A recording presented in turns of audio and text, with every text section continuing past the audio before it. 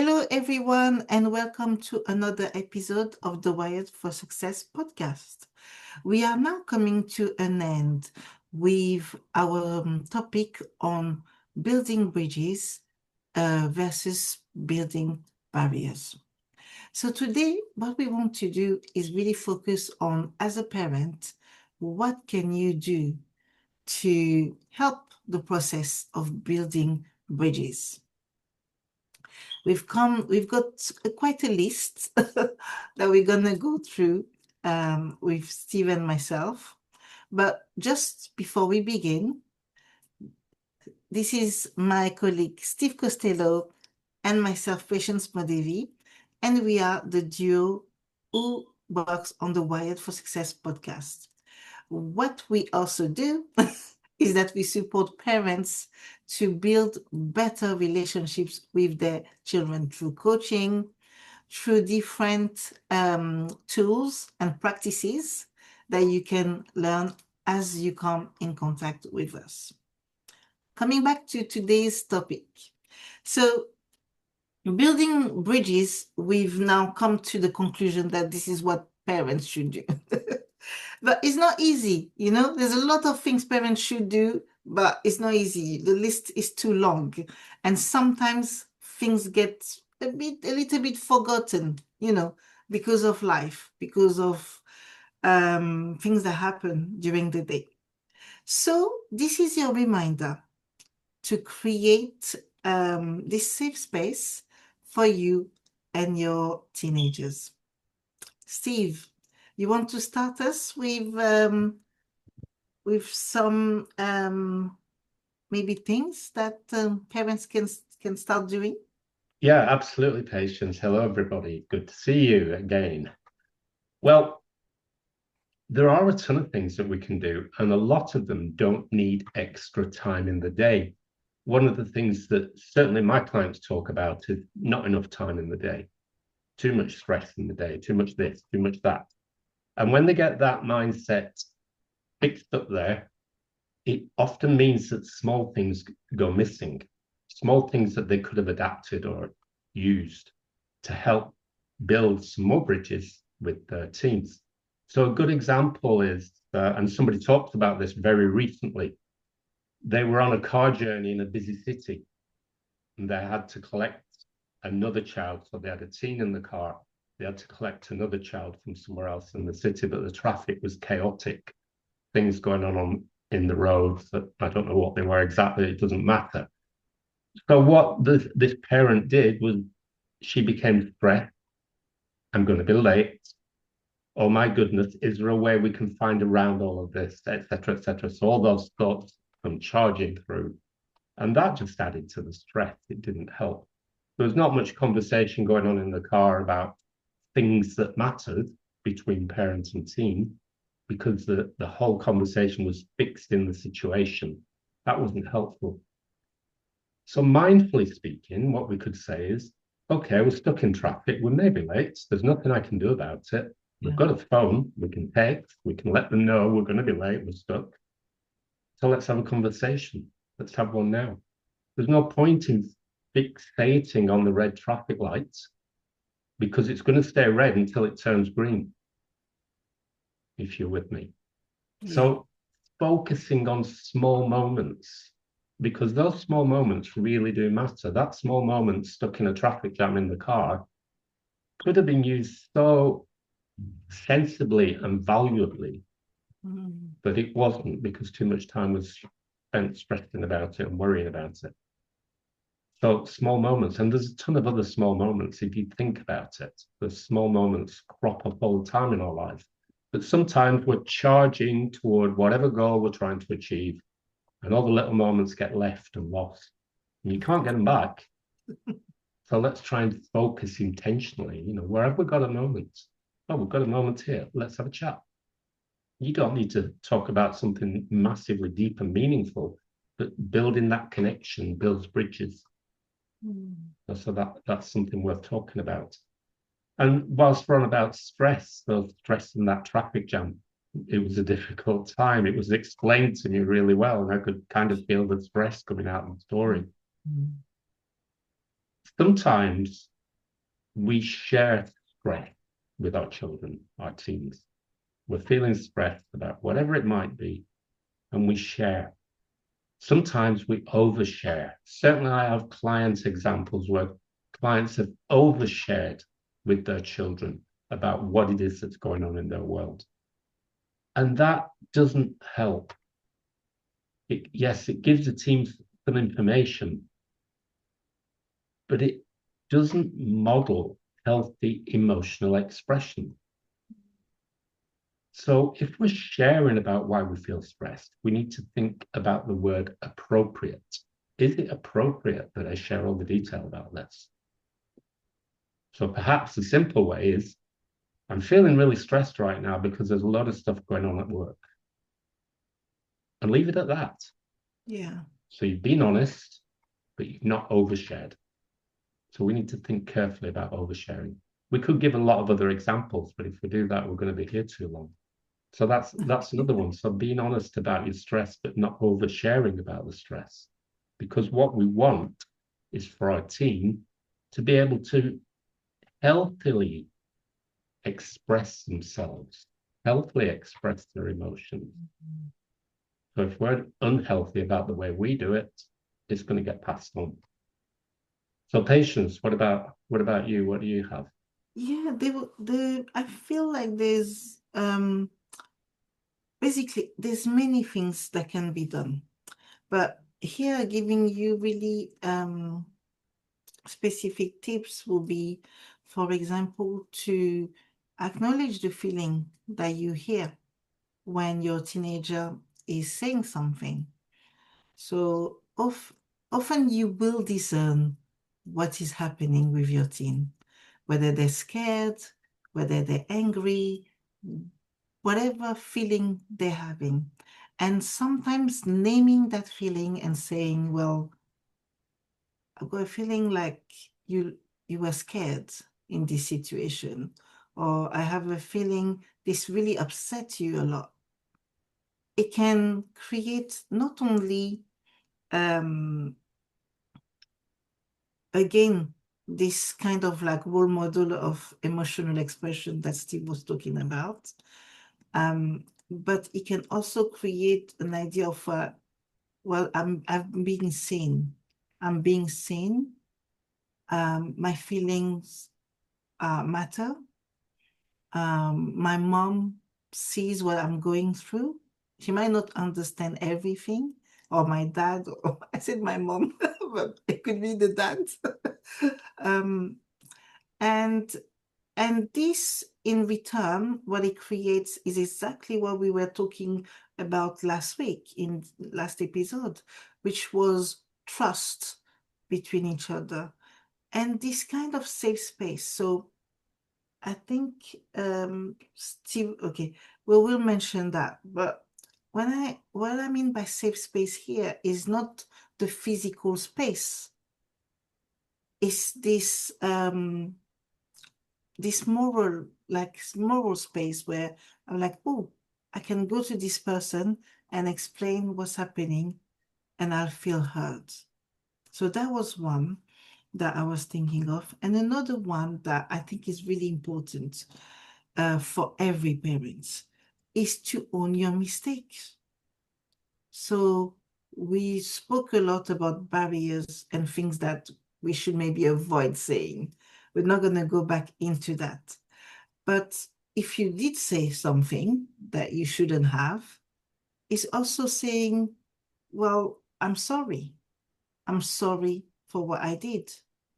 And own up to the mistake. I did it because da da da. Still, it wasn't a justification for what happened. And then you can create again more trust in your relationship. And also, I feel like create more closeness between each other. So I think I'll stick to those two for now. And then Sorry, I'll I just want to jump back a little bit as well. Those are valuable. Within our daily lives, we have a lot of what I'd like to call transitional times. So a transitional time might be the school run, not the one with all the roadworks and the traffic lights and the chaos, but a normal school run. A transitional time might be cooking dinner or laying the table ready for dinner. And they're typically less pressured moments, the routine. So I've got an example of this. My boys used to play football before they grew and moved away and all that. So 2 nights a week, I would take them to football training. At least on one of those two, I would hang around and watch the training and then take them home afterwards. And then one day a week, Saturday or a Sunday, there would be a match. So there was a lot of transition time going from home to the place of the match or the place of the training. And we used to use that time really well. We'd just chat about anything and nothing. Sometimes it was important stuff, sometimes it wasn't so important. Sometimes it was about the football of that day, sometimes it wasn't, but it was a good time. So look for those transitional times, and you can probably think of a few more. A time when everybody's kind of free, not tied by something, and use those times to talk. And like I said, sometimes it might be deep and meaningful, times it might not be. Yeah.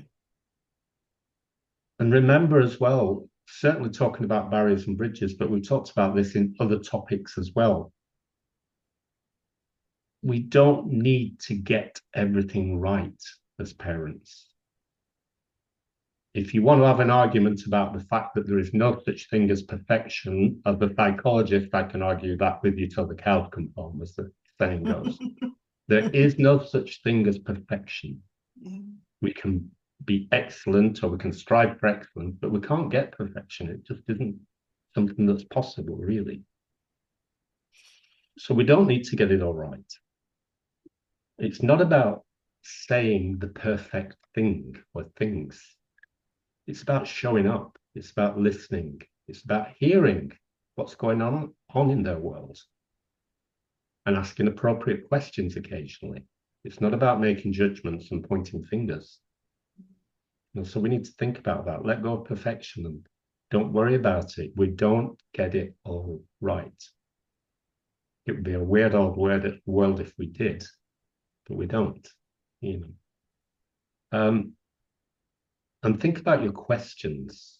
Now, Patience and I have done coaching training. I've done more than one lot of coaching training over the years.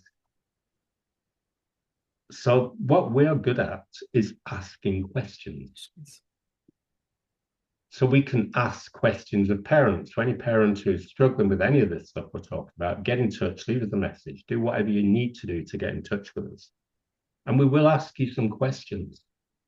We won't ask you some questions to annoy you or to make you feel as though you're put on the spot and placed in a difficult situation. We don't do that. But you can do the same with your teen as well. Ask a question. Something like, tell me one thing that felt good today. That's not really a question, but kind of is. One thing that felt good today. Or what's something that I don't know about your day today? Just one thing. We're not looking for analysis. We're not looking at deep. We're not looking at a therapy session or anything like that. Just one thing. So think about asking questions. And that shows that you're showing up as well, that you're there for them. So you're building a really cool bridge with that. Yeah. This is really good. So do we have anything else? Yes, we do. One tip that could be really good as well is going to be one tip, but there's two things in there. Is instead of using you could be using I when you explain what you're feeling or a situation. So I mentioned to Steve, for example, you could say, I feel depleted when the dishes are not done. which we all know why parents feel deflated when that happens, because you've been saying it over and over again and it's still not getting done. And in this case, is probably much better to for your teenager to hear, oh, my mom feels or my dad feels that way, than to hear, you haven't done this. You are never doing this. You are not listening. And, so on, so on. And what you can do as well in this same context is also offering choice. Oh, do you want to clean your room or do you want to do the dishes? You know, that could be a nice thing to do because here you're just offering a choice. Or do you want to, oh, you're watching TV. So do you want to watch this program? And then after do the dishes, you know? You've tell them that you want them to do the dishes, but in a way that is conducive to, oh yes, why not? And I'm going to do, and what I feel it brings is that it brings ownership for the teenager. So they have to then own up to, oh yeah, after I've watched this program, I will go and do the dishes. So they've said it. It's no longer in your hands, if I can say it like that. Yeah. Unless you have I think that's to. excellent. But yeah, Another thing that comes to mind as well is about our body language, because sometimes it really isn't about what we're saying or what we're not saying. It's about the way we present ourselves, the way we present ourselves bodily. Do we look threatened? Do we look like we're turned off, like we're switched off, we're not listening? Our body tells a million stories to the people looking in at us. yeah, It really does. So if we're not keeping eye contact with our team, if we're not being gentle with the way we speak, or if we look tense and our shoulders are up here somewhere, yeah. that's not helpful because that tension kind of mirrors back. Well, they become tense. We're tense, they become tense. So we And don't need a million words yeah, to show how we're feeling. And if we show how we're feeling in a negative way, because of the language our body speaks, because our body does speak, and that's not going to be helpful. So try and think about that.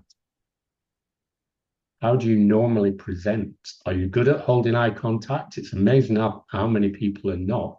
yeah. That doesn't mean you need to get out there and learn how to, but it's something that's worth thinking about because it does make a difference. So it looks as though as patients said earlier, we've kind of come to the end of this series of bridges and barriers. But one of the things that's kind of running through all the discussions every single week is this thing about self-care. So we really do need to spend some time looking at that, because if, as a parent, we find that we're overly worked, overly stressed, overly whatever, the chances are that our self-care is going to be lower than perhaps it needs to be. And that gets noticed. I shared an example with patients of a client, and I thought she'd had her hair done. And she made me laugh by saying, no, I haven't had my hair done. I found the hairdryer today. Because in recent weeks, her hair didn't look done. And she found it that one day, but she'd never bothered looking for it. She just happened to come across it. That kind of tells you something. She's not looking after herself as much as perhaps she needs to, or as much as she would perhaps like to, because she feels that she's got too much other stuff going on in her world. So sometimes even something as simple as that, finding the hairdryer. Okay, I'm lucky, I don't need a hairdryer. But so have a think about that. So we need to look at self-care. Parents need to be able to look after themselves. And it can be simple things like going for a walk in the evening or in the morning, sitting and taking some deep intentional breaths, Yeah. 10 times a day. Takes no time whatsoever. Sometimes we need to be able to ask for help. I don't mean come and babysit the kids. I don't mean that. But ask for help with self-care. Patients and I are perfectly placed to help with that, to help people to develop self-care systems and regimes and what they can do when the going gets tough. So that is perhaps where we need to be headed from here in future episodes. Yeah. I'm looking forward to those episodes because I've got so much to say. And I'm sure you have as well. Yep, absolutely. So I think this is a good place to stop for today. Let's wrap it up.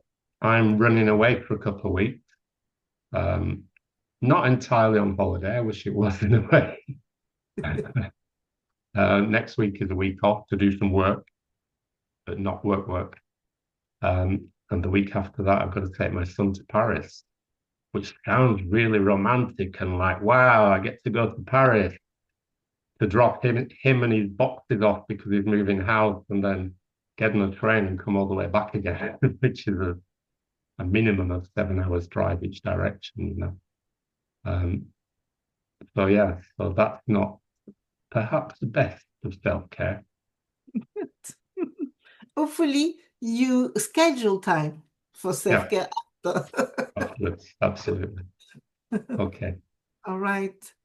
It was lovely to have you here again for this episode, and just take the time to go through some of the tips we've given you and use them. As usual, you know where we are. Don't hesitate to contact us if you need support so that we can put things in place with you. You take care, and we see you next week. Yep. Thank you, everybody. Take care.